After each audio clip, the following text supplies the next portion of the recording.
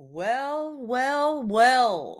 It is Sunday, February 23rd, and welcome once again to the Breaking Chains Breaking Chains Book Club.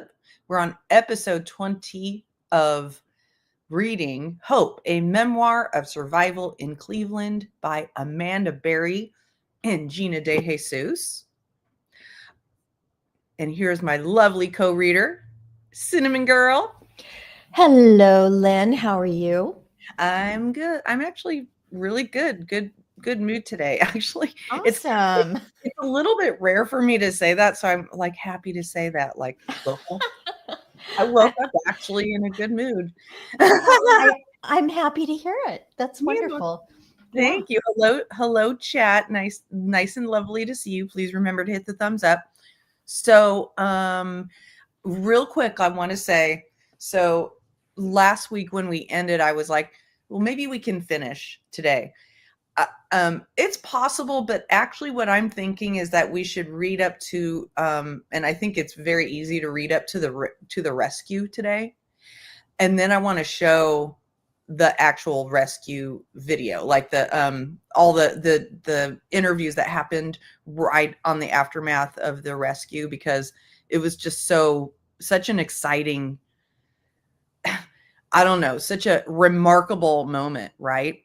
So, and then after that, if we still feel like it, we could read the aftermath, because I paged through and I saw that, there's the rescue part, and then there's more in the aftermath. And maybe we could start that next week. I don't. Does that feel right to you?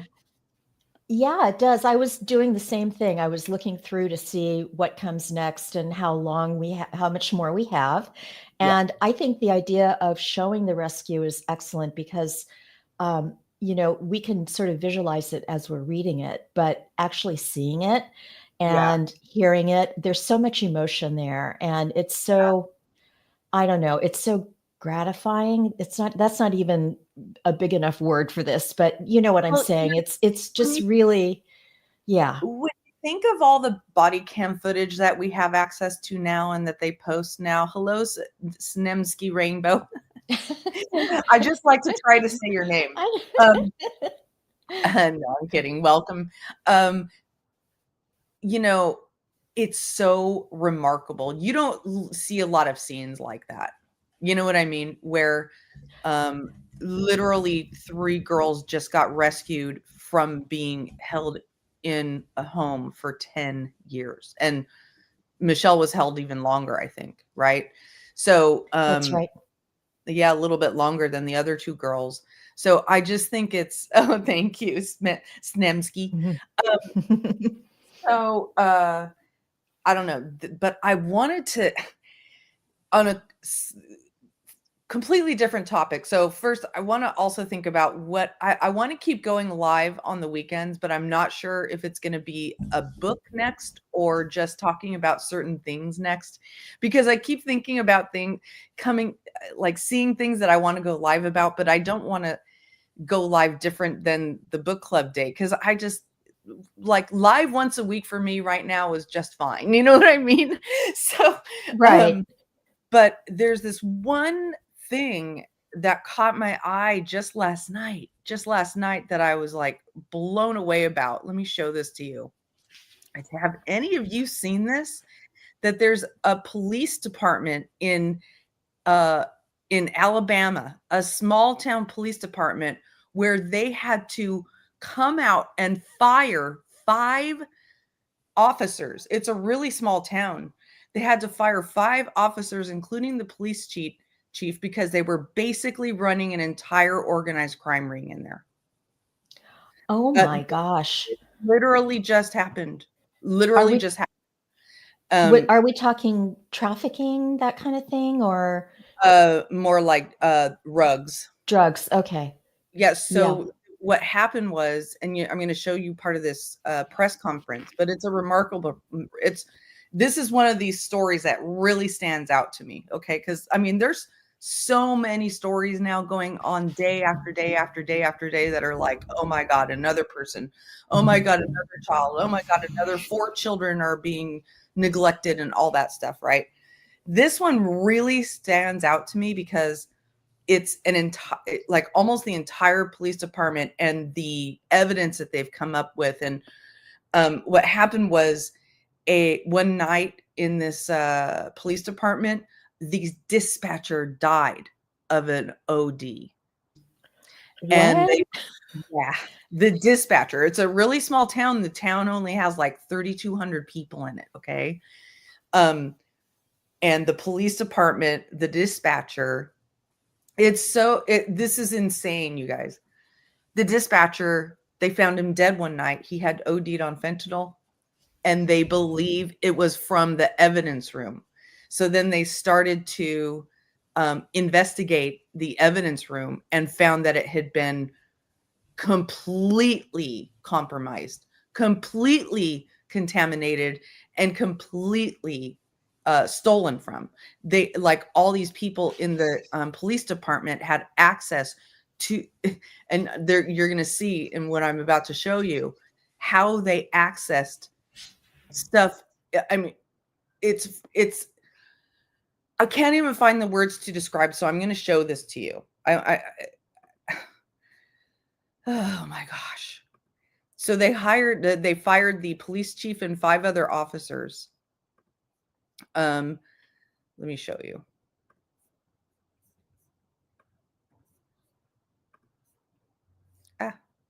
Here by Sheriff Matt Gentry. This is a sad day for law enforcement, but at the same time, it is a good day for the rule of law.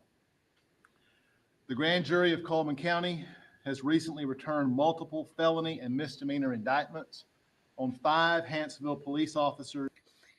So the town, Robin, is called Hanceville, and it's in like northern Alabama, like a few, probably 30, 45 miles north of Mobile. I'll show it to you on a map in a minute. But and the gosh, I had it right here. The wrong map, sorry. And the county is Colville, Cullville. I thought it was Cole, but it's Cull, Colville. So it's really small. And 1 spouse of an officer. As DA. Oh, one of the officers' spouses was also arrested in connection with this. So it's not just the officers, but one of the officers' spouses. They're going to show the pictures. I would like to thank several agencies, the agency and General Marshal, and thanks to Matt Gentry and his staff, and the individual. Solicitation to commit a controlled substance crime, use of office for personal gain, and tampering with physical evidence. Oh, not Cole. Jason Scott. Sorry, Cole. Cull. Cullman, Coleman County, and this town is Hanceville. Sorry. Wilbanks, 2 counts of computer tampering, 2 counts use of office for personal gain, 2 counts solicitation to commit a controlled substance crime, and tampering with physical evidence. So now, what to put a emphasis on this, what this basically means. So the grand jury has recommended that the entire police department be folded. Yes, North Alabama. That the entire police department be completely folded, and that that until they can hire an entirely new police force, another agency has to come in and help protect the citizens there, because the evidence room, and there's so much rampant corruption that they can't even prosecute any cases. This prosecutor here is saying, I can't confidently prosecute any cases right now because all of this has been completely tampered with. Everything's been compromised. So it's like a huge I don't think it has to do with females, Sharon, male or female. I've been seeing other, things where females are being just corrupt. You know what I mean? I just think that there's more men in the workforce and more men in the police force to get caught. You know what I'm saying? Hello, Solo, and hello, Shauna. So, Jason Shane Marlin. I mean, it's not an unfair observation about hey, hire females, it'll be better. But I don't think I wish it was that way, but I don't think it's that easy, unfortunately.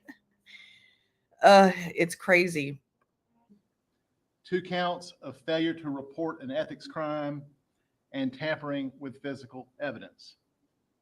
William Andrew Shelnut, tampering with physical evidence, 1 count. Now, I mean, Eric Michael Kelso, they show you how they were anything but was not secure. He's talking. Here's where he's that I've talking listed. about the evidence room and how it wasn't secure. I want to talk about the evidence room, and we're going to have another slide for you. Watch this. One of the most concerning things that we discovered in this process was that Huntsville Police Department's evidence room was not secure. Criminal evidence. And I want you all to know very specifically, by showing this, I'm not picking on a small town in Alabama. I think this is happening all over the place, but we just don't know. We don't know where and when it's going to pop up. It doesn't mean that we shouldn't trust the police, but this actually gives me a little bit more confidence because these people have been flushed out, grand juried, indicted, and being called out like this. They're being made an example of. So I think this is a good thing, but it also shows you how this type of stuff does happen, not just in a small town in Alabama. Must be secured in order to have that evidence for prosecution and to ensure due process. This evidence room was anything but secure.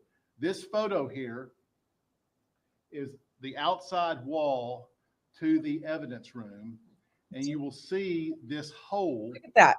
In the evidence room. This picture was taken on August 23rd, 2024.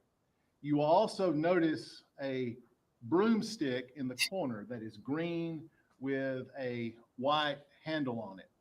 And in the next couple slides, you will see what that broomstick was used for in this hole. Look what these dorks did with the broomstick. Look at. And I'm not going to name the individual pictured here. This is someone who works there. And you can see this individual has this stick in his hand and is pushing it in the door, in the hole, to jimmy open the door.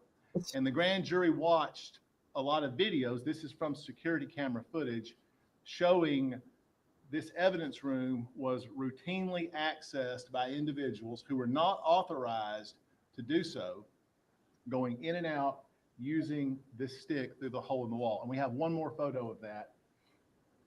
This is from the same transaction here, where this individual who had the stick is actually sticking his head and he's sticking his head in there. Look at that. Wait, let me just back. Look at this. He's sticking his head in the window. Oh my God. He's sticking his head in there.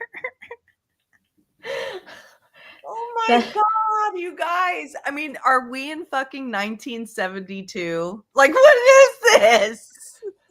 Nice view. No, I'm not laughing at it. It's not a laughing matter. It really isn't a laughing matter. I'm just laughing at the absolute absurdity. Yes. And absurdity of these people and how incredibly corrupt. So there's more to it, and I'm not gonna show any more of it. But the scariest thing about it, one of the scariest things about it, is that none of this may have been discovered if a guy didn't die on his shift in his office. He died on his shift in his office of an OD, and they found drugs in the office with him that had been taken from that evidence room. So they don't know whether he was killed or not. They don't know if he did it himself or if somebody else did it to him. They don't know who took it out of the evidence room. They don't know if he did himself. They don't know if he willingly did it, but they basically were running a business out of the police department office.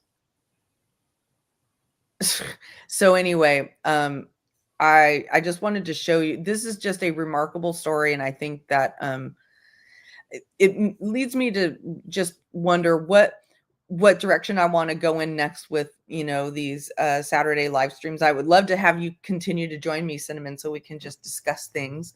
I would love to. Yeah. I mean, we may read a book next, or we may just, talk about other things, but Yeah. Anyway. All good with that. Yeah. Getting back to the book, we're in a little bit of a new section here. That's Castro's story, a new sister ? And this kind of looks ominous, to be honest. A sister, maybe from, anyway, we'll keep reading. Sorry, I'm a little bit all over the place today. So why don't we go ahead and get going? And I'm honestly very much looking forward to seeing how this rescue plays out in the book. Do you want to start reading today? Sure. Okay, here we go. Castro's story, a new sister. On April 10th, 2013, Ariel Castro and his eldest daughter, Angie, sat in the McDonald's at Westtown Square within sight of the Burger King where Amanda once worked and the corner from where Gina disappeared. They had been drinking coffee and chatting for a long time, and Angie thought something seemed strange. Her father would stop talking and hold her gaze, start to speak, then stop and look away. It seemed as if he wanted to tell her something, but couldn't quite get it out. Then finally, he pulled out his cell phone and showed her a photo of a little girl about 5 or 6 years old. "She's cute. Who is that?" Angie said, curious and suspicious, because the girl looked almost exactly like her sister Emily at that age. "It's my girlfriend's daughter," he said. Angie knew her father had dated women now and then since her mother had left him 17 years earlier, but she didn't recall hearing about anyone recently. She wondered if her father was struggling to tell her that she had a new sister. "Is that your kid?" she finally asked. "She looks a lot like Emily." No, he said quickly. "She's my girlfriend's kid, but I'm not the father." "Are you sure?" Angie asked him. "It's not my kid," he said, clearly trying to end the conversation. Angie heard a woman where he played, and she felt uncomfortable. Hey, doll, you're breaking up. About Oh, am I? Okay, sorry. Okay. Can you hear me okay now? Yeah, that's great. Start over at Okay, it's not my kid. It's okay. Make sure I'm okay, because I've been having a little trouble with my mic, so let me know if it doesn't come through. No, I can hear you great now. You were just breaking okay, up. Great. Okay, yeah. Okay, cool. "It's not my kid," he said, clearly trying to end the conversation. Angie knew her father met a lot of women at the clubs where he played, and she felt uncomfortable asking questions about who he might be sleeping with, but she was anxious to know more about this little girl. "You can't just have a kid out there and not be sure if you're the father," she told him. "You need to get a DNA test." "I told you," he said, annoyed now. "It's not my kid." Angie took a long look at her father. For her entire life, he had been very good to her. When she was a kid, he bought her what she needed, talked sense into her, made her laugh. After she got married, he was always there when she needed help with her kids or projects around her house. She suspected that he'd never really gotten over her mother, despite their tortured relationship, and she had come to regard him as a quirky, older bachelor set in his ways. He often canceled family plans at the last minute, claiming his allergies were flaring up. He didn't want her husband to go upstairs in his house because he said he had too much stuff up there. She knew he was a hoarder, constantly buying unnecessary junk at yard sales, bargaining old shirts down from a quarter to a dime. But she sensed there was something he wasn't telling her about this child. If there's another one of us out there, she told him, I need to know about it. He put his phone away and changed the subject. April 12, 2013, recurring dream.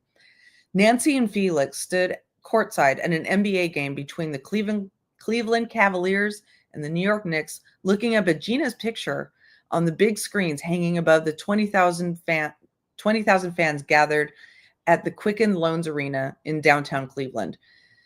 At a special halftime presentation, the announcer asked the crowd to look at the photos of several missing Ohio children, including Amanda and Gina, to see if any of them looked familiar.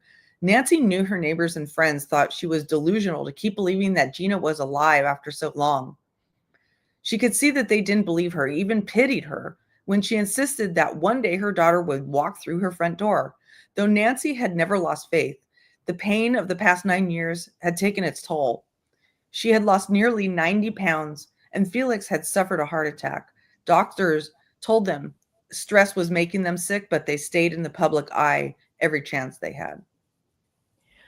When people came up after the Cavaliers game to offer condolences, Nancy told them there was no need because her daughter was not dead.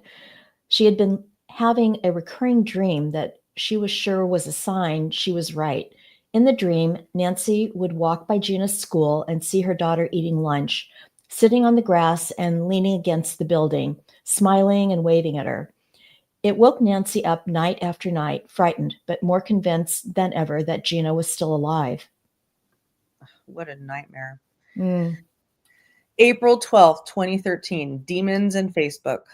Amanda, this is going to be over soon, he says. For so many years, I clung to that lie long after I actually believed it. I've always tried to wire my mind that way in here, focus on the hopeful things, push out the negative ones.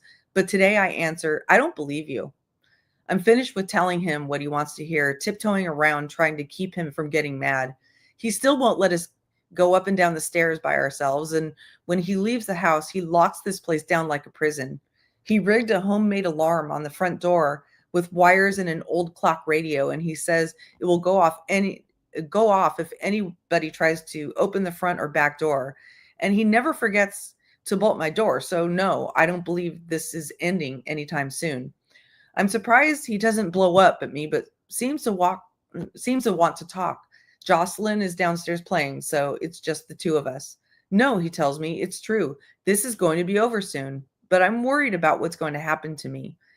He should have thought about that before he kidnapped us, but he's right to worry because I don't see how this can possibly end without him either dead or in prison. He knows he can't just let us go free because we would turn him in. He keeps saying he hopes it will all end with a gunfight, suicide by cop. In a way, I think he's confused about who he is. Is he a sadistic artist or a doting father who loves his little girl? He knows he is both, and that must be terrifying. He keeps talking about how his headaches are getting worse. I realize that you're scared, but you need to be punished for what you've done to us and our families, I tell him. You say you have a sexual problem, but that's no excuse. You should be punished. If you had to go to court and my mom was still alive, what would you say to her? Would you apologize?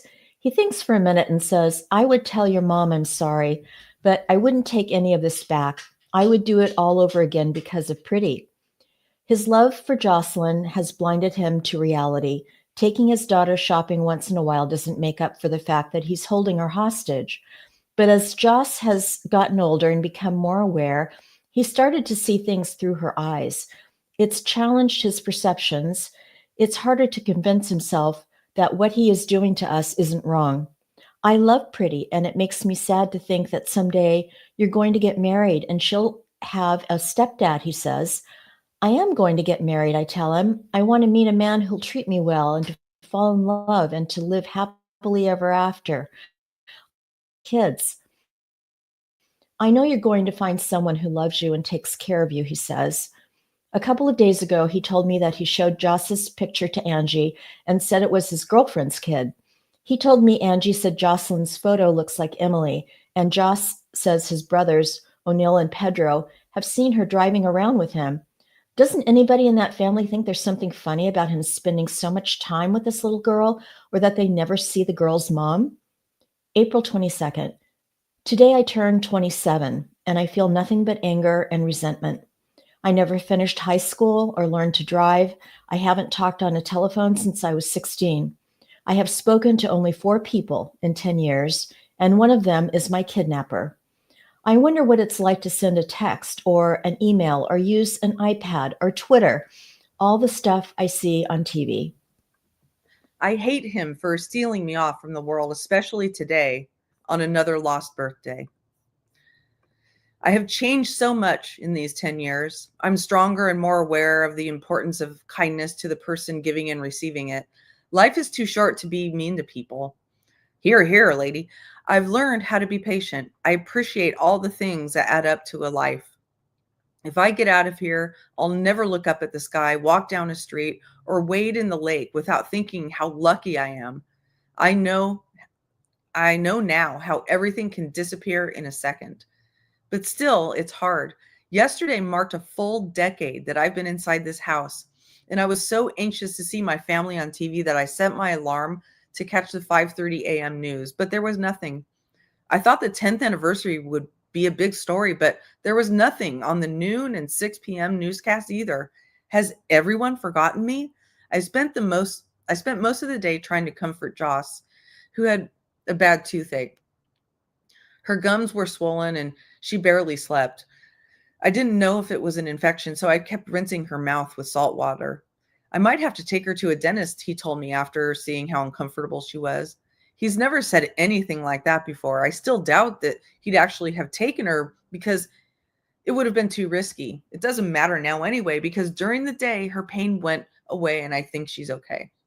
Finally, on the 10 o'clock news, there was a story about me. I'm so glad they remembered. Even after all these years, I still cry when I see Beth on TV. She was at a vigil for me outside Burger King, but there was hardly anybody there. Just a few people standing in a little circle and holding candles. Gina's mom and dad were right in front. The news report was short, and they cut away quickly to the big news of the day, a garbage strike. I guess people can't keep hoping for a miracle forever. You there? Sorry. No problem. May 1st. Hey, Nandy, come look at this, he says. I walk over to the living room computer where he's looking at Facebook. There I am. Somebody created a Facebook page about me with my picture and a lot of information, including my height and weight, when and where I went missing. It says nobody should give up on me. I'm so happy I feel like screaming because I thought people had forgotten me. They list all the people who liked the page, and one of them is Angie. She helped him set up his own Facebook account a couple of months ago. His profile picture shows him wearing a hat, like always, and a necklace, which has a little marijuana leaf charm at the end. He doesn't smoke that much weed, but he thinks the charm makes him look cool. We were looking at Facebook a while back, and we saw that there was a page for Gina, but there wasn't one for me then, so somebody must have just created it. I wonder who cared to do that. It's hard to keep thinking that everything is a sign that something good will happen because I'm tired of being disappointed. But this has given me such a boost that I have to believe that God is telling me not to give up hope, that someday I will be free. I write an entry in my diary addressed to my mom and Beth, telling them all about this and saying, keep faith. I flip over to the last page of my diary notebook. I start a wish list. Beneath it, I write the 2 things I want more than anything. 1, to have my mommy back. 2, to be home with my family. May 6, 2013. Escape. Ooh, escape time. Amanda. Daddy's gone. Daddy's gone. Jocelyn is shouting as she comes running up the stairs. She can't find him anywhere and she's confused. Our bedroom door is unlocked.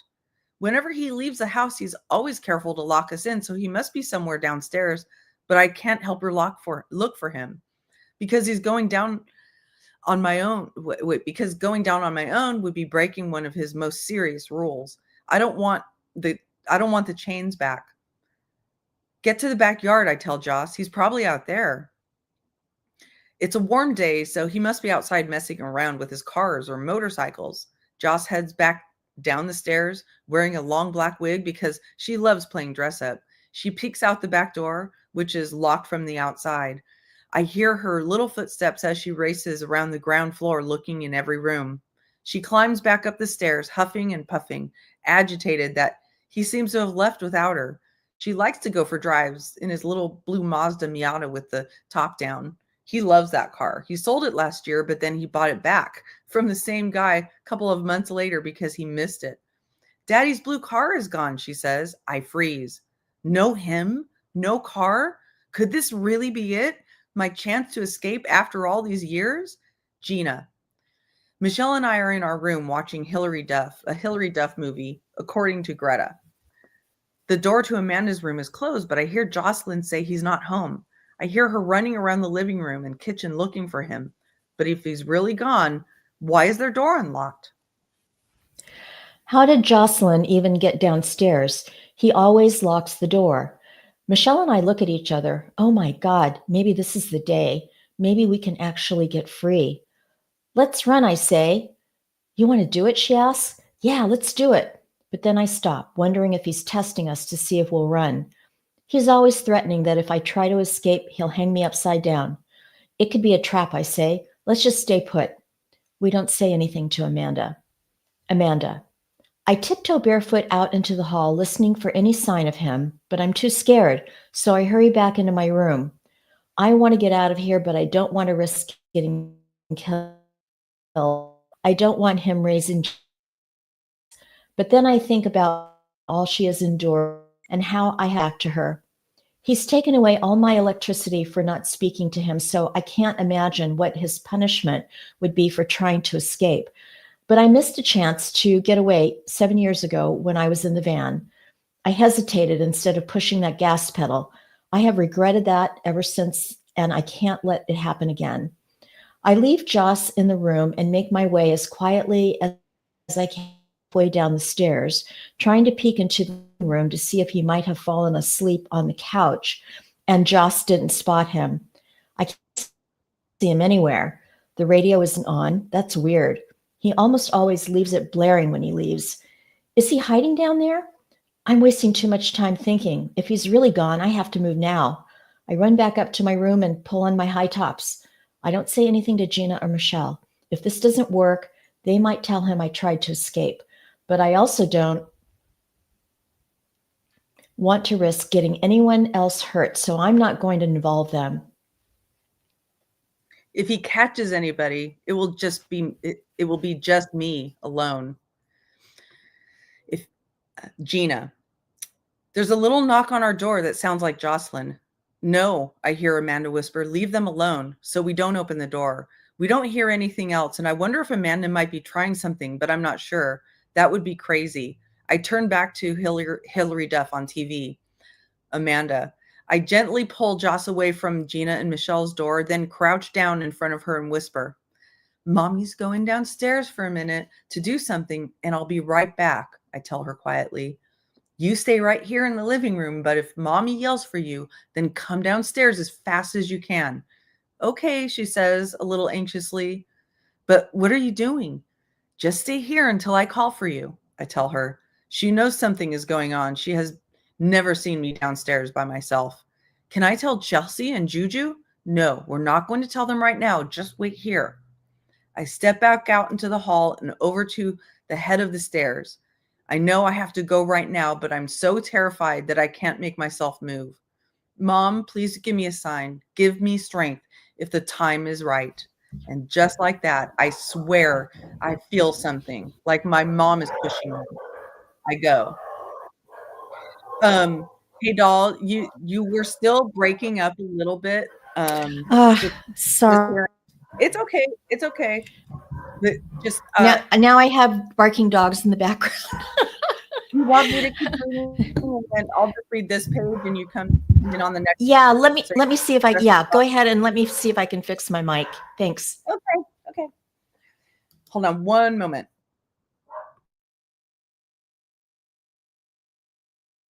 Sorry, I had to move my mic too. And welcome, Charlie Ann.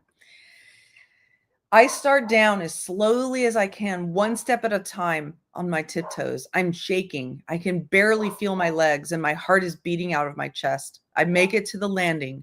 I'm terrified he's going to pop out of nowhere, but I see no one. I hear nothing. My lungs feel like they're on fire. I run across the living room to the front door, which is blocked by a big outdoor swing he brought inside that we sit in sometimes. I shove it aside just enough to squeeze by and get to the front door. I see all the wires connected to a clock radio, and I realize I've forgotten the alarm. Will it go off? It's too late to worry about that. I have to try. So I turn the door lock. No alarm. I don't see any other lock, so I pull on the wooden door and it opens. In 10 years, I have never seen this door open more than a crack when he reaches out to get the mail. I scream, Jocelyn, Jocelyn, come down here. She scrambles down the stairs and I pull the door all the way open. We're free. Wait, what's this? There's a storm door and it's chained shut with a padlock. I had no idea this was here. I start pushing and shoving and banging it, but it won't move. Jocelyn sees how desperate I am. She's never seen me like this. She senses my terror. Mommy, what are you doing? She starts to cry and screams, I want Daddy. Where's Daddy? What are you doing? Shh, I tell her, shh, just be quiet. I'm getting more frantic. Every second feels like an hour. Finally, I managed to push the storm door open just enough to get my hand out, and then my whole arm, which I begin to wave like crazy. I can't see anyone on the street, so I scream out the door, help me, I need help to get out of here. You there, Cinnamon Girl? Want me to keep going? Okay, I'm going to keep going. There has to be somebody out there, and they have to hurry. All I can think about is him coming back. Help me. Gina, we hear noises from downstairs. The front door is right below our room, and there's loud banging, and Jocelyn is screaming. It's definitely a beatdown. He must have caught Amanda trying to escape, and he's beating her. We strain to hear more. Nandy, I call, but she's not there. Oh no, she got caught, I say to Michelle. He's coming for us next. Amanda, oh, thank God. Here comes a guy. He sees me and steps right up to the porch. Can you help me, please? I scream. He looks confused, maybe even scared. Please, I beg him, help me. But he just stands there looking at me in the door. He can see there's a chain and I can't get out. Why doesn't he do something? Finally, he gives the door a little pull. It doesn't move. Help me. I'm Amanda Berry. I've been kidnapped for 10 years. Help me. An older lady comes by the sidewalk, sees what's happening, and waves her finger at us saying, no. What? What is she doing? She's motioning for the guy on the porch to step away from me. This can't be happening. These people aren't going to help me. Help me. I'm Amanda Berry, I shout again. I've never screamed so loud. I keep waving my arm. The guy steps down off the porch. He's walking away from me. No, please help me. Joss is standing behind me, screaming and saying, I want my daddy. But if her father came back right now, he would kill me. Why is this guy leaving? Why won't he help? Now another guy has walked up in front of the house, a tall black guy. He's asking the old lady what's going on. She tells him that I can't be Amanda Berry because Amanda Berry died years ago. No, I'm right here. Who cares who I am? Can't they help me? The tall guy comes up on the porch and pulls on the door a couple of times. Oh man, this thing is locked, he says. Please, I beg him, please help me. He looks closely at the door from top to bottom and then, noticing something, starts to kick at the bottom panel. Go ahead, he tells me. Finish kicking it out, Mama. I hadn't thought of that. I've been trying to push the whole door open, but he's right. Maybe I can just kick out this bottom panel. It's just a flimsy, cheap aluminum. Go on, Mama, he says. Why doesn't he kick it in for me? He's just standing there watching me. Why won't anybody help me? I start pounding at the panel with my sneakers, kicking and kicking until I smash out enough of it for me to squeeze through. I crawl outside and then reach in and pull Joss out after me. I want my daddy, she's screaming. Where's Daddy? We're out, but we're not safe. You there, Cinnamon? Hi, everybody coming into chat. Oh, wow. This is crazy. This is crazy. I can't believe people didn't help her. I need a phone. I scream as loud as I can. Okay, okay, the tall guy says. I've got a phone in my house. He lives right next door and starts to run there. I'm right behind him, carrying Joss, who's clinging to me and wailing. He opens his front door, picks up his cell phone, and dials 911. I wait in the doorway and look around. It's dark inside, spooky, with not much furniture. I've just escaped from one scary house, and I'm not taking Joss back inside another one, so I bolt back out onto the sidewalk. A few people have gathered on a porch across the street to see what all the commotion is. So I run over there, still carrying Joss, who won't stop screaming. Please, I tell them, I need a phone. I haven't seen this woman before, but I don't think she speaks much English. She doesn't say anything, but she looks concerned. She hands me a phone and I dial 911, watching up and down the street for the blue Miata. Finally, a police operator picks up. Cleveland 911, do you need police, fire? Hello, police, help me. I'm Amanda Berry. Do you need police, fire, or ambulance? I need police. Okay, and what's going on there? I've been kidnapped and I've been missing for 10 years and I'm here. I'm free now. Okay, and what's your address? 2207 Seymour Avenue. 2207 Seymour. Looks like you're calling me from 2210. Huh? Looks like you're calling me from 2210. I can't hear you. It looks like you're calling me from 2210 Seymour. I'm across the street. I'm using the phone. Okay, stay there with those neighbors. Talk to the police when they get there. Holy shit. You there, Cinnamon? Oh, no problem, Cinnamon. I'll keep going. Okay, talk to the police when they get there. Okay, hello? Yeah, talk to the police when they get there. Okay, are they on their way right now? I need them now. We're going to send them as soon as we can get a car open. No, I need them now before he gets back. All right, well, we're sending them, okay? Okay, I mean, like, who's the guy who went out? His name is Ariel Castro. All right, how old is he? He's like 52. All right, and I'm Amanda Berry. I've been on the news the last 10 years.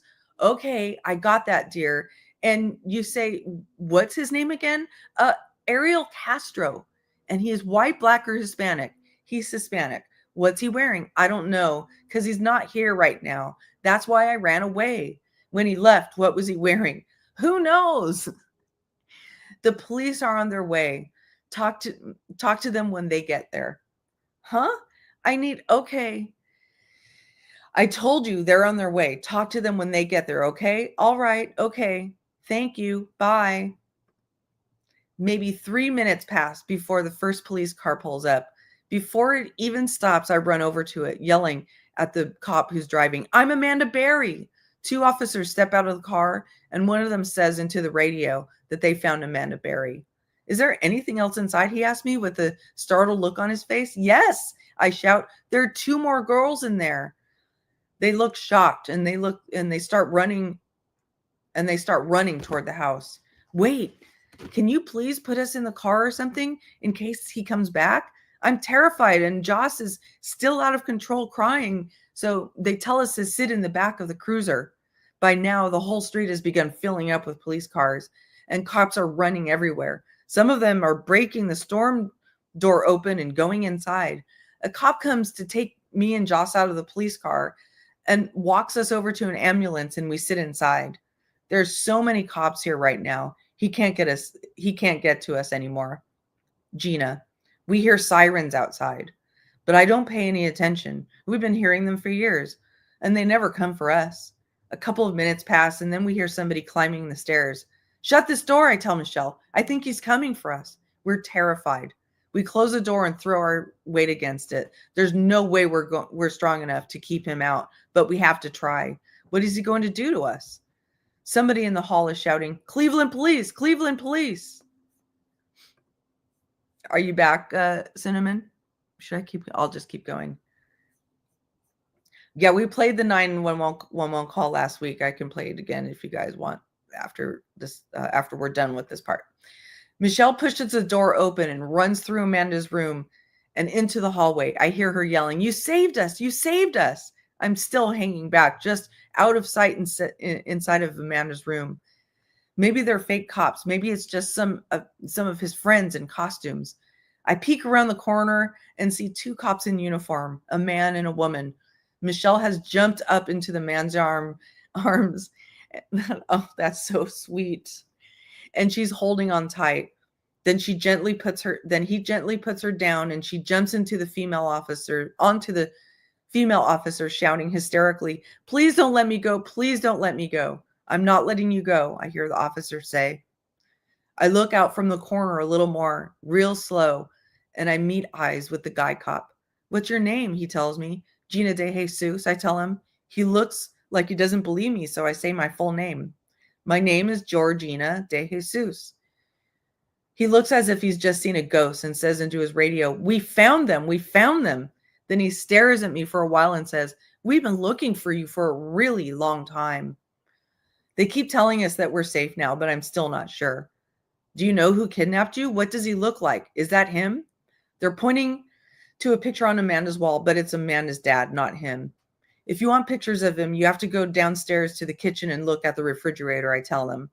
I take them downstairs to show them. There are cops all over the house. When we get to the kitchen, Michelle is already there pointing out the photos. We ask if we can go upstairs and get a couple of things, so they take us. I grab my blue book bag, which is filled with a lot of my drawings and letters. I want to show them to my mom and dad. I want to take some of the clothes that I sewed myself, but I don't have time to grab them because they are hurrying us outside. We walk through the front door, which is all smashed up. There's so many people outside, cop cars and flashing lights everywhere. It's so bright that it hurts my eyes. Amanda. The cops bring Gina and Michelle into the ambulance. Michelle's very emotional and is lying on a gurney, having trouble breathing. Paramedics in light blue gloves are telling her to calm down and breathe slowly. I'm just sitting here with Joss, watching them, with Gina next to us. "I'm so glad you're okay," Gina says to me. "I was worried you got hurt." The ambulance crew puts a black hand on my arm to take a black band on my arm to take my blood pressure, and it nearly squeezes my arm off. We haven't been to a doctor in 10 years. Joss has never even met one. A guy comes into the ambulance and tells us that he's an FBI agent and that his name is Andy Burke. "You guys look the same," he says, smiling. The only thing is that you look a lot thinner. We've been looking for you for a long time." A nice police officer named Barb Johnson then joins him. "So," she asks me, "you're really Amanda Berry?" "Yes, I am," I tell her. It feels strange after so many years to talk to a total stranger. "Who's this little girl?" "This is my daughter, Jocelyn." Joss has calmed down now, and she's looking around in amazement at everything and everybody in the ambulance. "So this is his daughter?" she says. "Yes." "And you're really Gina DeJesus?" she asks Gina. "Yeah," Gina says. She's smiling. I haven't seen Gina smile in months. "Gina, you did this? You got us out?" I ask Amanda, sitting next to me in the ambulance. "Yeah, I did," she says. "I was so scared. Then I thought of my mom and my sister, and I couldn't let any more time go by, so I did it." "Why didn't you ask me for help?" I ask her. "Because if I got caught, I wanted it to be me alone," she says. "I didn't want him to catch you too." Wait until he finds out it was Amanda who got us out. It's the one you trust most that screws you over in the end, I tell her. We both laugh at that. It feels good to laugh. The cops are looking for him, and they tell us we never have to see him again. Jocelyn has calmed down now and is happily bubbling and excited about being inside an ambulance. She's trying to show me something, but when I don't pay attention, I hear her say, "Gina, Gina." It's the first time she has ever said my real name. She must have heard the police say it. I'm not Chelsea anymore. I'm free. It seems like it takes forever, but the ambulance starts moving. We drive to the corner and turn left. We are off Seymour Avenue, finally and forever. Wow. Wow, wow, wow. Okay, I'm putting the link in right now, Cinnamon.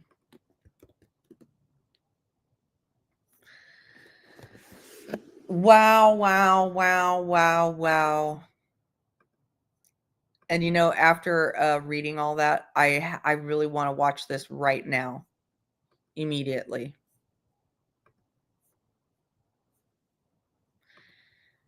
There she is. You doing okay? Hello? Can't hear ya. I don't know if you can hear me, but we can't hear you. Hello. Oh, there you are. Hello. Oh my gosh, I am so sorry. Oh, don't worry about it. No big deal. I had computer issues, and hopefully they're resolved. But if they aren't, let me know if you can't hear me. Oh, you sound good now. Okay, good. And you sounded good before. It just was roboting. Yeah, A little bit. I think the action was this, and I had to go through all of them to figure out which one it was. So apologies. Were you able to hear any of that in the meantime? I did. I was transfixed, actually. It was of course it happened right during the most exciting part of the book, right? No, I was just listening, and I was like, "Oh my gosh, here we go. This is like the best part." And you were great. You were absolutely great. I was just sitting and enjoying listening to you. I was just reading it how I would hear it in my head if I was reading it myself. You know what I mean? Yeah, no, I totally do. Yeah, absolutely. Yeah. No, But I didn't know that a whole other guy had completely gone up to the door and stood there and listened to her with her arm flailing out there, and she's saying, "I'm Amanda Berry," and he's turned around and walked away, and then another and the lady outside was going, "Nope, nope." So I wonder if they were scared of that house already. Yeah, that seems really odd, doesn't it? That you wouldn't. Maybe with the neighborhood, or there was some sort of reputation about the house. I don't know, but it just seemed odd that they were basically saying, "Nope, walk on by, don't get involved." You know what I Don't get mean? involved. Yeah, that's kind of what I got, that, this looks really sketch, just walk away kind of thing. But Yeah. how, now, knowing now, what that was, I wonder how those people feel, Yeah. Like, I mean, that was immediately what I was thinking, is I wonder how that guy felt after finding out that he literally was standing there in front of a kidnapping victim and didn't even know that there were actually three others in there, and he just walked away. I mean, right. I mean, that's more than just walking by somebody on a street that is suffering. You know what I mean? That is like, It's purposefully leaving yeah, a situation. You make that choice, yeah. as a human being, and how can you make that choice? I wonder. It's just, it's beyond me. I don't understand it. The only thing that could, possibly explain it for me is that maybe that person was in a gang of some sorts, and he was afraid that it was going to backfire on his gang. Oh, Or like, he yeah. didn't know if it was another gang, because there's such Right. territorialism and gang infighting and stuff like that. I mean, I have no idea. I don't know who that person was. I have no idea if it was an old person, a young person, where from, don't know. But anyway, or that it could have been some sort of trap or something, right. Who knows? Yeah, exactly. Right. Or maybe Ariel Castro had scared them to Jesus, scared the fuck out of them at some point. Who knows? But he was a scary guy. Yeah. In, a disgusting way. Yeah. Hey, Kathy. Hey, people coming in, please remember to hit the thumbs up. We just finished reading the rescue portion of the book. If you want to, scroll back and hear that, you'll hear more of my reading because Cinnamon had some audio issues. But let's watch the scene that unfolded right after the rescue. Hey, Charles, let me talk to you. I'm talking with Charles Ramsey. He's a neighbor. And, I remember watching this footage before. I immediately liked this guy. he's a likable guy, you know what I mean? Like he's very colorful. Immediately when I saw him on the camera, he's like, yes, I'm here to I'm here. And you already knew that he had helped save these girls. So yeah. this guy, you know what I mean? Look at he has Super yeah. Hero of the has day. Yeah. he's a big personality. Yeah. Walk me through again what happened this afternoon. You heard screaming. Heard screaming. I meet my McDonald's. I come outside. I see this girl going. I forgot that part. He was eating his McDonald's. This guy actually interrupted his McDonald's eating where the other guy just totally fucking fucked off. I mean, but this guy even interrupted his McDonald's eating. You know what I mean? It was hilarious. Nuts. Yeah. Trying to get out of the house. So I go on the porch. Okay. I go on the porch, and she says, "Help me get out. I've been in here a long time." And then there's this other guy standing to his left. He's like, I want my screen time. You know, I have no idea who he is. Maybe he did something heroic too, but he kind of looks like he's jealous of Charles's screen time here. So, I figured it's a domestic violence dispute. So I open the door, and we can't get in that way because how the door is, it's so much that a body can't fit through, only your hand. So we kick the bottom, and she comes out with the little girl, and she says, call 911. My name was Amanda Berry. Now, did you know who that was when she said that? When she told me, it didn't register until I got the call in 911. And I'm like, I'm calling the 911 for Amanda Berry. I thought this girl was dead. You know what I mean? And she got on the phone and she said, yes, this is me. And the detective, Cook, right here, Detective Gregory Cook says, Charles, do you know who you rescued? I said. Now, and when did you see Gina? About 5. We're good. So About 5 minutes after the police got here. See, the girl Amanda told the police, I ain't just the only ones. It's some more girls up in that house. So they went up there, 30, 40 deep. And when they came out was just astonishing because I thought they were going to come up with nothing. I figured, whoever she was. And like I say, my neighbor, you got some big testicles to pull this off, bro. Because we see this dude every day. I mean, every day. How long have you lived here? I've been here a year. Okay. You still coming from? So that's interesting. So they were saying that he had balls to do that because they see him, the guy there every day. So they were scared. The neighbors were scared. Yeah. I barbecue with this dude. We eat ribs and whatnot and listen to salsa music. You see where I'm coming from? And you had no indication that there was anything. Not a clue that girl was in that house or anybody else was in there against their will. Because how he is he just comes out to his backyard, plays with the dogs, tinker with his cars and motorcycles, goes back in the house. So he's somebody. See how adept at people like this are at making things look normal when they're anything but. I mean, this is his neighbor. This is his neighbor who ate ribs with him, barbecued with him, and barbecued and salsa music.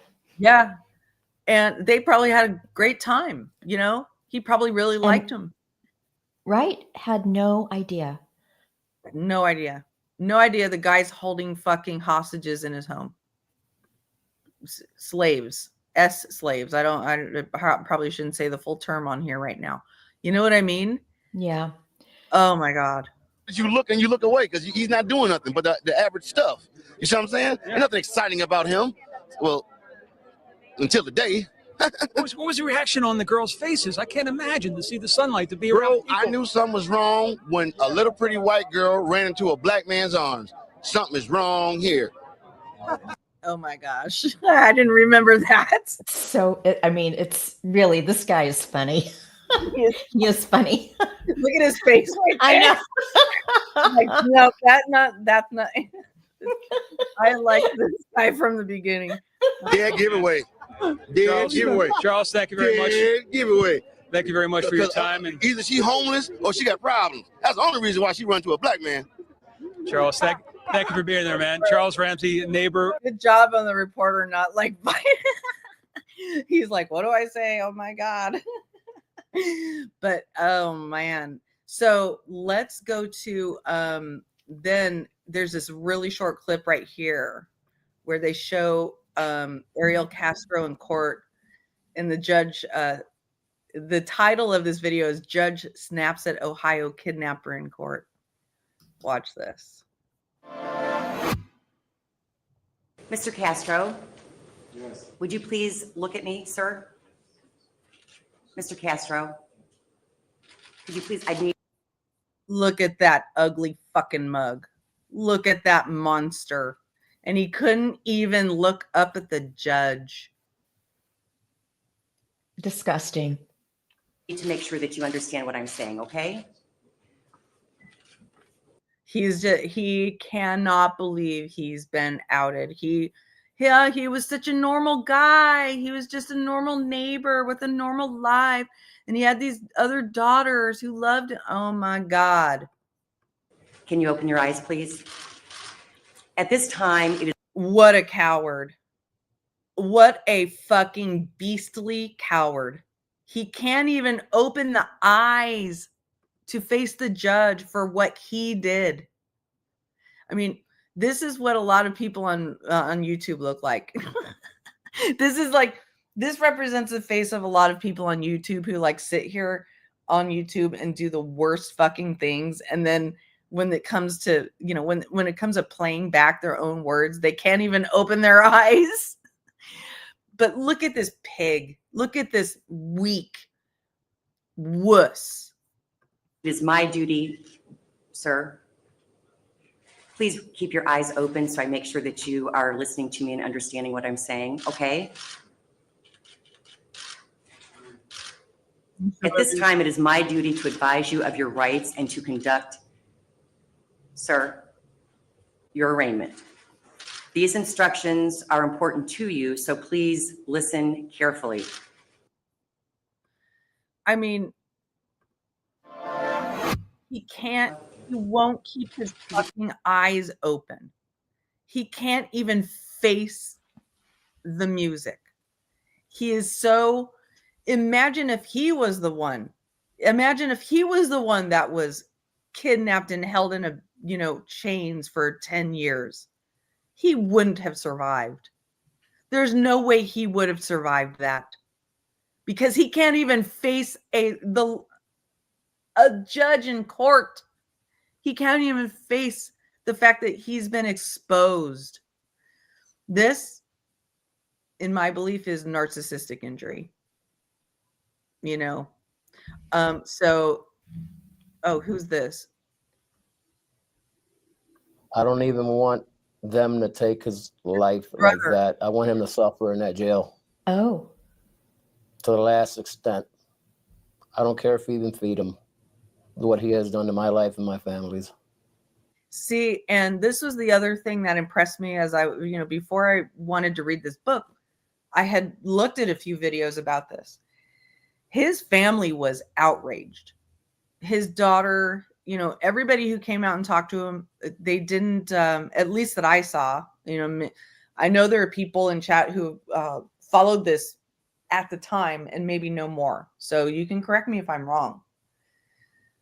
But I didn't see any members of his family coming out and defending these actions and just saying, oh, well, he was abused as a child, so it's okay.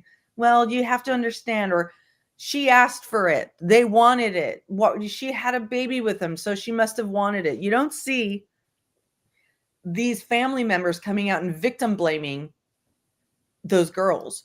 You see them coming out and making a very strong statement about how disgusted they are at their own family member. And obviously, this is what he was afraid of when he was facing that judge. I feel the same way. To the both of you now, he no longer exists. Right. Yeah. He is gone. He's goner. Almost as if he were dead. Yeah. The monsters are goner. I'm glad that he left the door unlocked or whatever he did, whether he did it on purpose. Maybe he wanted to get caught. Maybe time was up. Maybe he was inside too much. He wanted to get caught. But if he did it that way. Yeah, that was the other thing. Oh, thank you so much, Catering Wrench. Catering Wench, I mean. Catering Wrench. Catering Wench. Why did he leave the door unlocked that day, do you think, Cinnamon? Do we know? Do we know? We may learn later in the book. I don't know. I'm wondering if it was just he was just being sloppy. It was an oversight because he was, for all that time, right? He was so careful about what he did, and keeping the windows covered and making sure that no one saw them and putting wigs on them just in case. And yeah, I mean, I just wonder if it was just a stupid oversight on his part. Yeah, I guess we'll have to see what happens if anything is revealed in the book. Then there was a guy that had been unaliving street something people on the street. Anyway, let's see what more he has to say here. Way he shouldn't have went to Mama's house and picked me up, put me in a car, if he knew that was going to happen. If you could talk to Gina, if you could talk to Michelle, if you could talk to Amanda, and in a way you are, I guess, what would you say?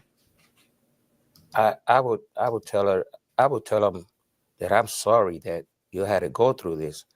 That I always thinking about these girls being missing, and I'm just grateful that they're home and out of that horrible house, and I just tell them that I'm sorry for what Ariel done. I honestly shudder to think how things would be different if this happened today.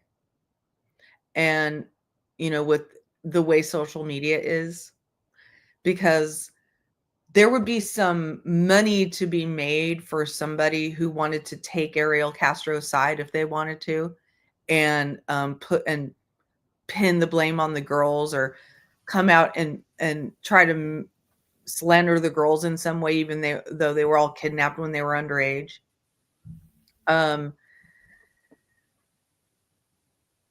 That was in Cleveland, Charlie-Ann, a guy who was unaliving street workers. Wow. Jesus. I mean, anyway, but I also wanted to show you this. Well, I actually haven't watched this yet. I want to watch it myself with you, because it's her, Amanda Berry, just 1 year ago, 10 years after the 10 years after the rescue. It seems like yesterday, but it seems like I've lived a good life in 10 years. Like, I've done a lot that I wouldn't have normally done. Facing her fears. And see, it's so nice to see that seems very happy and healthy. She's gotten beyond it, and she and Gina DeJesus, and I know Michelle Knight, they've all thrown themselves into giving back, all of them. She looks fantastic. Happy. Yeah, she does. Her face is just so alive, and yeah, it's really, really great to see. Great role model for her child. Absolutely. Every single day, Amanda Berry doesn't let her past define her, but she does use it as a reason to push herself. If this wouldn't have happened to me, and now I'm like, I've been through worse. I can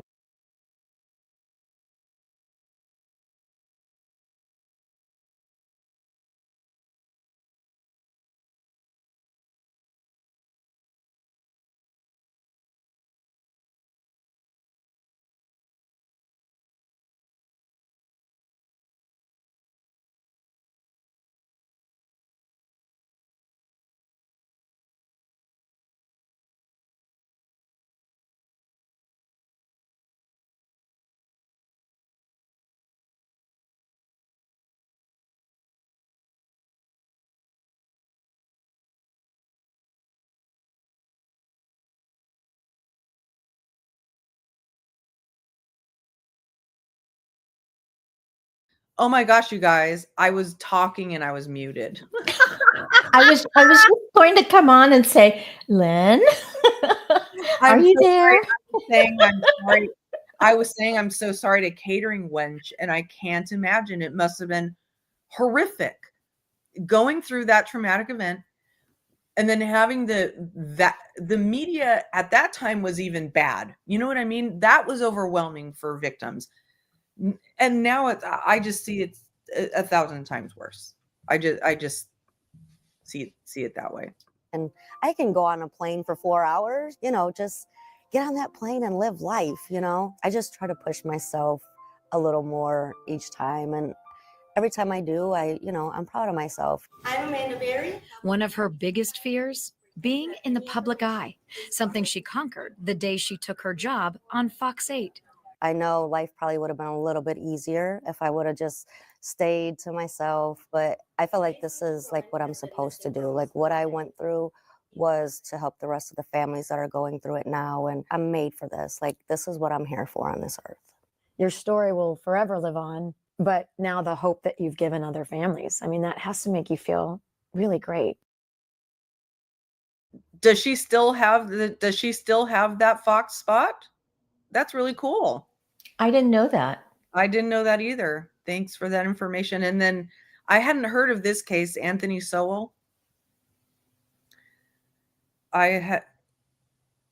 This is the one you were talking about, the guy in Cleveland who was unaliving people. That's incredible. Well, I mean, I'm so inspired by these young ladies. I can't even tell you, all three of them.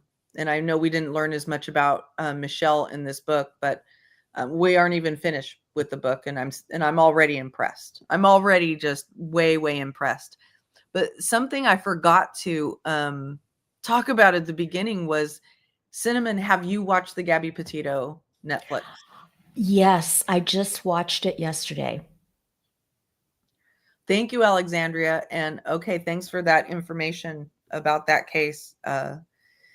So you did watch it? I did. I watched it yesterday. Yeah. You watched it? Yeah. What did you think? Well, of course, I think I've mentioned this before, but the whole Gabby Petito thing was the reason I got, involved in the whole true crime thing on YouTube. I remember. That's why I wanted to ask you. Right. And it was right during, I think, when the pandemic was happening. So, it was a great, it was interesting in the way that it was sort of distracting me. But at the same time, it was such a crazy, story. And I was just enthralled with it. So to your question about the Netflix thing, knowing as much as I did about it and following it for all that time, and even now, I thought it was pretty good. I felt like it, it sort of hit the top of the waves in some ways. And then in other ways, it showed you some of the unseen things. Like I really liked the interviews that they did with Gabby's mother and her dad, and, just having that other, their perspective of what was happening and how it happened. And after all this time, how they're feeling. But I also came away from it feeling really sad. It was like she was so beautiful and so full of life. And it was just hard for me to see it again because, she and so young so young and so full of promise. And it just seemed like she was, oh my gosh. Yeah. It made me feel really sad. And of course they left out, a lot of the stuff, the day-to-day stuff, and the looking for Brian, that whole time that they were looking for him, and all of the resources and money and energy they put into looking for him was really exhaustive. I remember them, seeing I don't know what you call them, but in Florida, they have those sort of boats that go through the marshes and stuff. I forget what they're called. I remember that. Yep. Yeah. And then, finally they found him. But there was that, there was someone during the Netflix thing that said something about, it was because she was a pretty white girl that she got so much attention. Uh-huh. And that really hit me. I'd heard it before, and I know that this is a true thing. Yeah. And that there are so many other missing people that have never been found, Yep. that are not maybe a pretty white girl, right? And so that was the thing that really got me. It was like, yeah, I'm kind of guilty of that in a way, because I follow all of these, true crime stories, and most of them, are not pretty white girls, but at the same time, I can see the bias. I can definitely see the Oh, bias. sure. There's no question about it. There's no Yeah. question.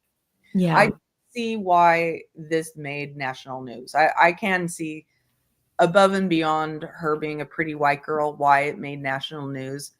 And it's because, this guy took off in her van and drove cross country, and they were so social media, present. There was Right. footage of them, but that also was a factor. So it wasn't just one factor, but Right. I liked what her dad said about that. He said, at first I didn't react to that statement very well. I reacted negatively to it, but then I looked into the data, and it really concerned me. And I feel, and so the Gabby Petito Foundation has actually contributed to kind of helping to alleviate that, to solve that issue.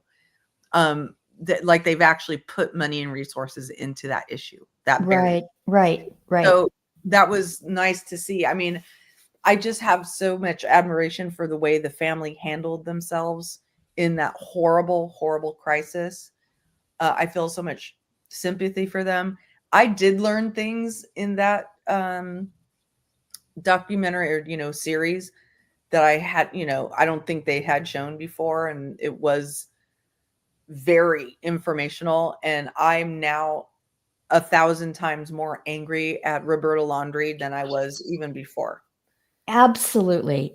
That was the other big thing that it just reminded me that no charges, have been placed against either of the Laundries, Yeah. and that they knew, and they didn't do anything about it. It was, well, they chose to not come forward and cover it up.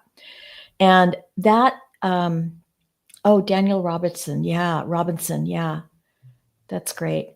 Hi, Butterfly Kisses. I think if you're the same Butterfly Kisses, I remember, it's been a while. Nice to see you. Yeah, so angry about that. So incredibly angry. She might be getting a video out of this. I'm not kidding. I'm so charged up by how this mother, I honestly feel like she contributed heavily to Gabby's murder, and then covered Agree. and then covered it up. And I think it's, it's time. One of these chains I think we need to break is, we do need to look at parenting and the role of parenting in these cases. When it's clear, when there's a clear connection between the way a person was parented and the outcome of their life, you have to look at the parents. We all have to look at ourselves as, are we being role models to our children? Are we being the kind of people we want our children to grow up as? Are we showing by example, or are we just, shouting commands at them and trying to control them? Because Roberta Laundrie's relationship with her son was sick. She let him do whatever the fuck he wanted to do. I didn't realize before this that Cassie, his older sister, I knew she was older than him, but I really hadn't really thought about it deeply before that. His older sister was 10 years older than him.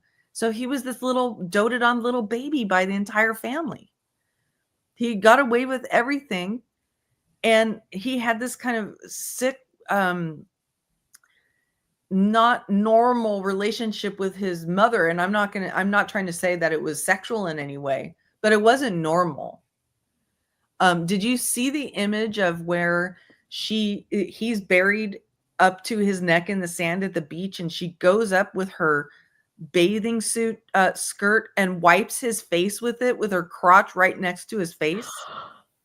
No, I didn't see that. Yeah, What? yeah. And Gabby's there too. It's like they were on a beach trip, and they had, the fun thing that you do where you bury somebody in the sand up to their neck. And I guess the poor little Brian had sand in his face. So Roberta literally crawls up to him and takes the bottom of her skirt from her bathing suit and wipes his face with it. And you know how there's like, you have that bathing suit bottom skirt kind of thing? Yeah, yeah.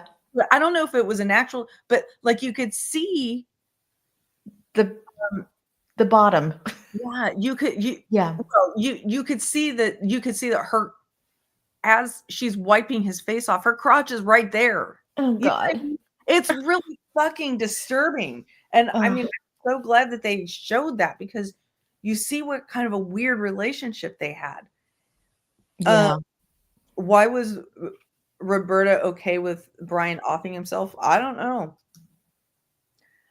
know, but she wrote that sick burn after reading letter that he didn't burn after reading. So it's almost like he was throwing her under the bus, because it said, if there's a body, I will bring you a shovel. If you're in jail, I'll bake a knife into a cake so you can escape. It said all these sick, really twisted things to him. She was basically saying, you could do anything. You could even murder your fiance, and I'll do anything for you. I will stand by you. That's not being a parent. You have to teach your kid that if you do things like that, no, you're wrong, kid. You can't do anything and get away with it. That's not how civilized society works, people. And that's how, and so when you parent a child where where you will fluff their bed, feather their bed, no matter what they do, no matter how horrible they are to other people, no matter how much they steal, no matter how much they abuse, and no matter how, even if they kill somebody, you tell them you'll have their back, you are wrong. You are parenting them into murdering somebody in the future. You just are. I'm sorry if that's like hard to hear, or if I'm being, like, am I wrong in saying this? You can't just raise somebody telling them that you will have their back no matter what, even up until up to and including murder. You can't do that. Right. And I think that, she was obsessed with him. Mm-hmm. And, he probably knew it. And because it's not usually not just a one-way thing, those kinds of odd relationships. But she was definitely obsessed with him. And, I've known parents like this, they will do anything, and their child can do no wrong. And, she was, pledging her allegiance to him. And I'll do anything, whatever happens to you, I'll be there to pick you up and cover for you, and, do whatever it takes to make it okay for you. Yeah. And she did. Yep. And Solo, you're right. They knew exactly where he was. Oh, absolutely. They went right there. They walked right there. It's like he told them, okay, I'm going to park my car here. I'm going to go walk to this area here. I'm going to shoot myself. Don't let them look for me. They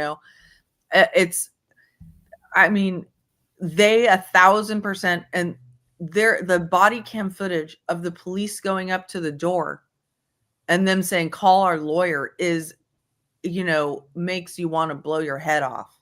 Yeah.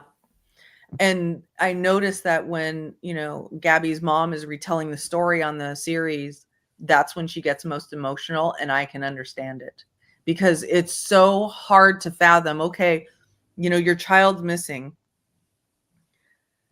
It's so incredibly hard to fathom that another mother would not, who supposedly is in that family, is not also frantically looking for her daughter, for your daughter who's missing. Especially when now you find out that not only is Gabby missing, but Brian's doing just fine, and he's been hiding out in Florida for 3 days while you've been frantically looking for Gabby. It is insane. I like this story will always get to me. This story. See, we're mad all over again. I am mad all over again. I've been mad, and I every know. time I see Gabby and Gabby's family, I feel mad all over for them again. But they're much stronger than I am about it. I mean, you know what I mean? I'm just like, Well, and I think about this is really kind of twisted and morbid, but I really think about the conversations that the Laundries had with Brian before he left to go off himself. It's almost like they agreed. It feels like they had this conversation. Whoever decided it was the right thing to do, they agreed. Off he went and did his thing, and they knew it. And it was just a matter of time before they were ready to go and march right there, because they knew where he was, and and find him, and then the rest is history. But that had to be what kind of conversation could that be, right? well, I've thought a lot about that, and this is what I think. Okay, you saw his confession letter, right? Yes. Where he tells this sob story about how Gabby tripped and fell and hit her head, and she was shivering. All BS, right? Yeah. He It was a mercy killing. Yes. The mercy killing, and then immediately he I think they believed that. I think they believed it. They were like, oh, it was just a mistake, just another mistake. Oh, he made a mistake. He killed Gabby by mistake. He was just trying to be merciful. She was, she was in pain, and blah blah blah blah blah, and he probably also may have told them some story about her, how, and she was being a bitch to me that day, and so they, he probably used some sort of bullshit to alienate them and make them mad at her. But then you know what I'm saying? Yeah. So and then they just believed it. Right. They believed it. So they're like, okay, well, since we know you didn't mean to, and you're so very sad, and you're gonna go kill yourself because of it, so we'll do whatever needs to do. You just go do what you have to do. I that's how I feel it happened.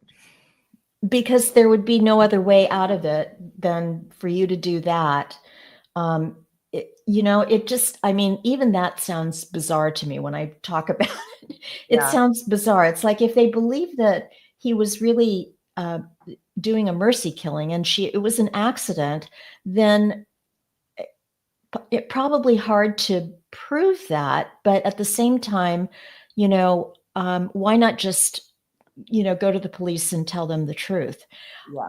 And so, but they agreed. I think they agreed that it was okay. The only way out of this is to do what you're going to do, Brian. Go off yourself and let him get away somehow. Yes. And even in the end, she covered up for him. Yep. And still is. Yeah. And they haven't, the only consequences they have really seen are, being absolutely reviled by most of the world, right? Right. And also the civil settlement, right, to Gabby's family, which has that been settled? Did they settle out of court? Oh, they did. Okay. Yeah, it was settled. I think I want to say that they said it was settled for around $3 million. Wow. Yeah. Clearly not enough, but at the same time, yeah. No, not enough. Yeah. So I wonder what rock they're living under now. I don't, honestly, I don't care, but Yeah, I don't care either. I mean, I am curious, but I don't care. You know what I mean? Yeah, yeah. No, I get it. Yeah. Totally. And I feel sorry for his sister too, because she got a lot of flack. Oh my gosh. Yeah. His sister's family. And I remember at the time when Natasha and I were streaming this and, all those protesters were going to Cassie Laundrie's house. I felt bad. I felt bad for them at that time, but I was also wondering, well, what does the sister know? I was really curious, like, because they had all gone on that camping. Yeah, the camping thing. It was almost like, let's get the family together one more time before, we have to make some hard decisions here.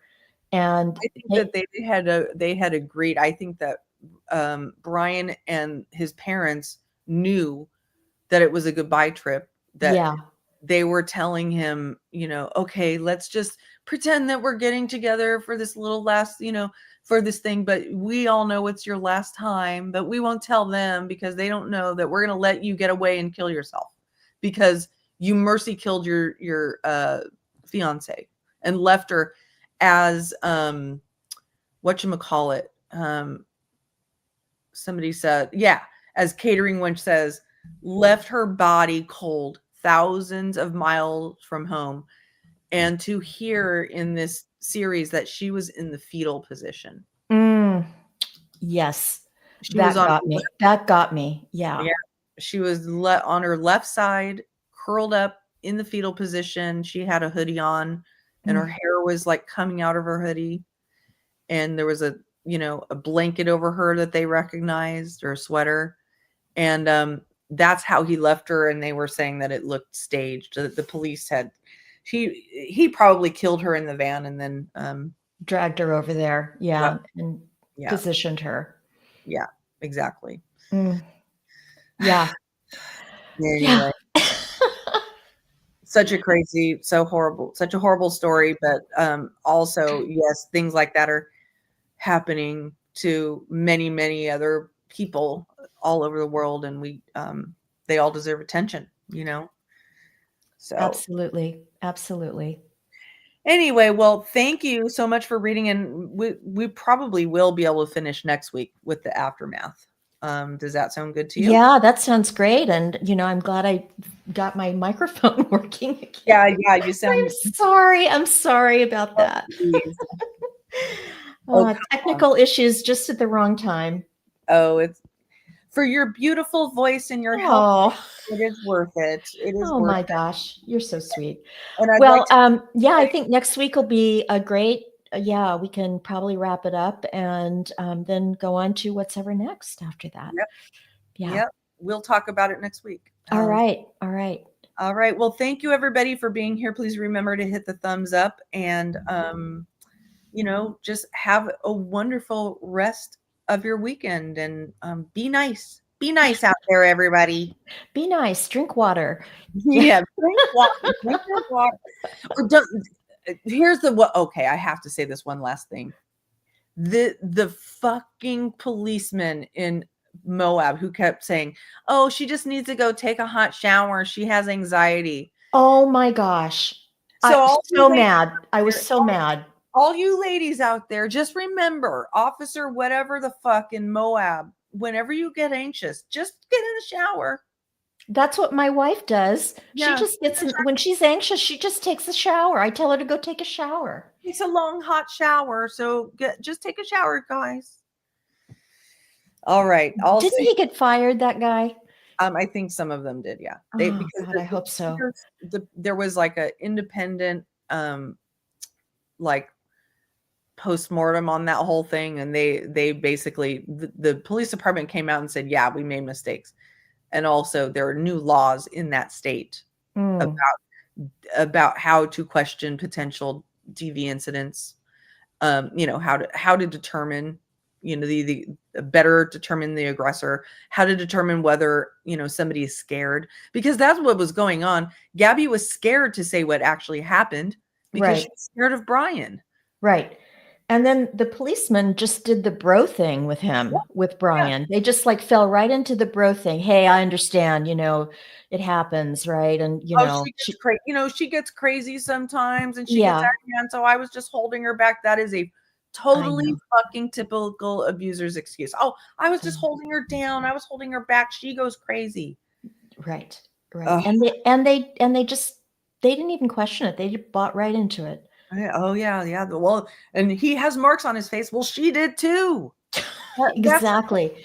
Yeah. Well, like, he has marks on his face. He needs to go to a hotel. But you, Gabby, you with the marks on your face, you tiny little 110-pound, 5-foot girl, you sleep in this van by yourself and go cop a long shower for $5 at some, gas store. That was so insulting. So insulting. We can point you to the places you can get a shower for like $5. Mm-hmm. That'll make you feel better. Unbelievable. And then spend the night alone in the van while he gets a DV hotel. Yeah. Exactly. Yeah. Anyway. Okay. All mad. Right. Thanks, everybody. Have a great week. Okay. Bye, everyone. Bye, Lynn. Bye. Talk to you next week. Okay. Bye.